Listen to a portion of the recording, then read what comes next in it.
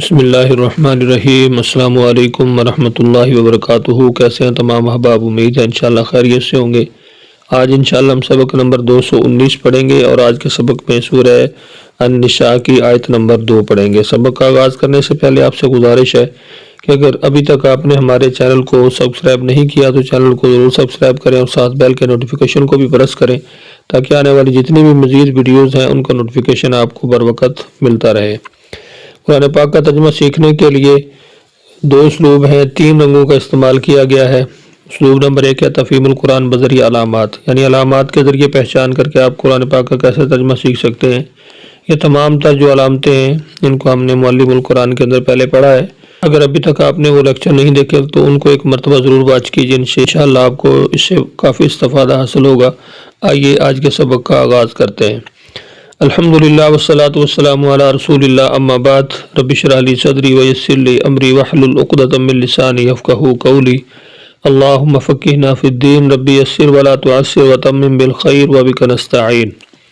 اعوذ باللہ من الشیطان الرجیم۔ وآتوا الیتامی، اور تم سب دو یتیموں کو، اموالہم، ان کے مال، ولا تتبدلوا الخبیث، اور نہ تم بدلو برے کو بالطیب، اچھے سے، یعنی یہ نہ ہو کہ جو تمہارا ہلکا مال ہے یا جو تمہارا ردی مال ہے اس کو تم ان کے ساتھ تبدیل کر لو یا ان کے ساتھ کسی طرح بھی ان کو اس کے مال کے حوالے سے نقصان دینا، یہ تمہارے لیے جائز اور حلال نہیں ہے۔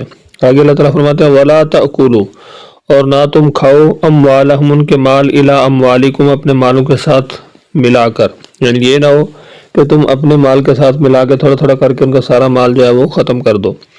انہو کان، بے شک یہ ہے، حوباً کبیرہ، بہت بڑا گناہ۔ اسلوب نمبر 2 ہے تفہیم القرآن بذریعہ اردو زبان۔ اس میں 3 رنگوں کا جو استعمال کیا گیا ہے تو یہاں پہ تھوڑا فرق ہے۔ یہاں پہ جو کالا رنگ ہے اردو میں مستعمل الفاظ کے لیے، یعنی وہ الفاظ کے جو ہم اپنی روزمرہ روٹین کے اندر بولتے رہتے ہیں، اور نیلا رنگ جو ہے یہ ان الفاظ کو اس میں ظاہر کیا گیا ہے کہ جو بار بار آنے والے ہیں۔ نیلا رنگ بار بار استعمال ہونے والے الفاظ کے لیے، جو سرخ رنگ ہے وہ نئے الفاظ کے لیے ہے۔ اعوذ باللہ من الشیطان الرجیم۔ وآتوا الیتامی، اور دو تم یتیموں کو، اموالہم، ان کے مال، ولا تتبدلوا الخبیث، اور مت بدلو برے کو، بالطیب، اچھے سے، یعنی ناقص مال کو عمدہ مال سے نہ بدلو۔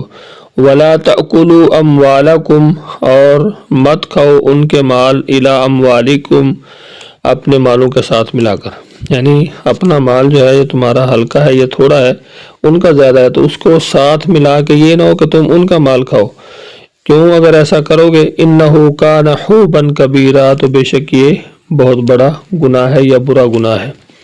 امید ہے انشاءاللہ آج کا سبق آپ کو سمجھ آ گیا ہوگا۔ نیچے اگر آپ دیکھیں تو قرآن الفاظ کی اردو میں استعمال کی جو وضاحت ہے، لا تعداد، لا علاج، یہ بھی ہم اردو میں استعمال کرتے رہتے ہیں۔ تأکلوا، اسی طرح الا، کبیرہ، خفتم، یہ جتنے بھی الفاظ آپ دیکھ سکتے ہیں تقریباً اکثریت جو ہے ان کی وہ الفاظ کہ جو ہم اپنی روزمرہ گفتگو کے اندر ان کو استعمال کرتے رہیں۔ بس تھوڑا سا اگر ہم توجہ کریں تو انشاءاللہ ہمارے لیے بہت زیادہ آسان ہے یہ قرآن پاک کا ترجمہ سیکھنا۔ قرآن پاک ہے ہی اللہ تعالیٰ نے آسان بنایا ہے۔